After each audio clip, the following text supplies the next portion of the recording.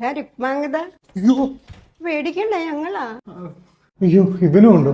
ഇന്നെന്താ പുതിയ പ്രശ്നം? അവനെ വർഗീസ് മുതലാളിയുടെ വീട്ടിൽ വണ്ടി ഓടിക്കാൻ പോയി ആ കൊച്ചിനെ കയറി പ്രേമിച്ചു. വണ്ടി ഓടിക്കാൻ പോയാ വണ്ടി ഓടിച്ചാ പോരടാ. അതിന് വണ്ടി ഓടിച്ചില്ലല്ലോ. പിന്നെ അയാളുടെ ഇലക്ട്രിക് വണ്ടിയുടെ ചാർജ് തീർന്നപ്പം പവർ ബാങ്ക് കുത്തി ഒന്ന് ഓടിച്ചൂടെ എന്ന് ചോദിച്ചു പോയി.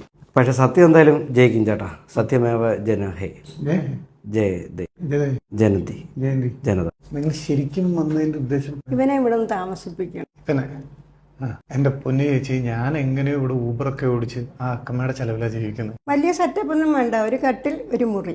അല്ല അല്ല അല്ല, ഒരു കട്ടിൽ ഒരു മുറി, അത് മതി. എന്റെ പൊന്നു ചേച്ചി, ആ അക്കമ്മയുടെ കട്ടിലെ ചിന്നക്കാല് കാണിച്ചു കൊടുത്ത ഒറ്റ കാരണം കൊണ്ടാണ് ഞാനിവിടെ നിൽക്കുന്നത്. തടിയോ കാലോ വേണമെങ്കിൽ ഞങ്ങളോട് പറഞ്ഞാൽ പോരാ, ഞങ്ങൾ സെറ്റപ്പ് ചെയ്ത് തരത്തില്ല. ഉവ്വ, അവിടെ നിന്ന് കൊണ്ടുവന്ന ഒറ്റ തടിയാന്ന് പറഞ്ഞു കൊണ്ടുവന്ന തടി അതേ 16 പീസായിട്ടിരിക്കണ. അയ്യോ, ആ ആശാരി ഒറ്റത്തടി കല്യാണം കഴിക്കാതെ പോലെ നിന്ന് പണിഞ്ഞതാ അത്. ഒന്നെങ്കിൽ വീട്ടുകാർ ഇതുപോലെ എന്തെങ്കിലും ഉണ്ടാക്കിയിടണം. ഇന്നും ഉണ്ടാക്കിയില്ലേടാ? എന്റെ അച്ഛൻ ഉണ്ടാക്കിയില്ലേ ആ തെങ്ങും തോപ്പും തേങ്ങയൊക്കെ? അത് അമ്മയുടെ അച്ഛൻ ഉണ്ടാക്കിയത്. അമ്മ എന്തോ തേങ്ങ ഉണ്ടാക്കിയെന്ന് ചോദിച്ചു. തേങ്ങ ഉണ്ടാക്കി.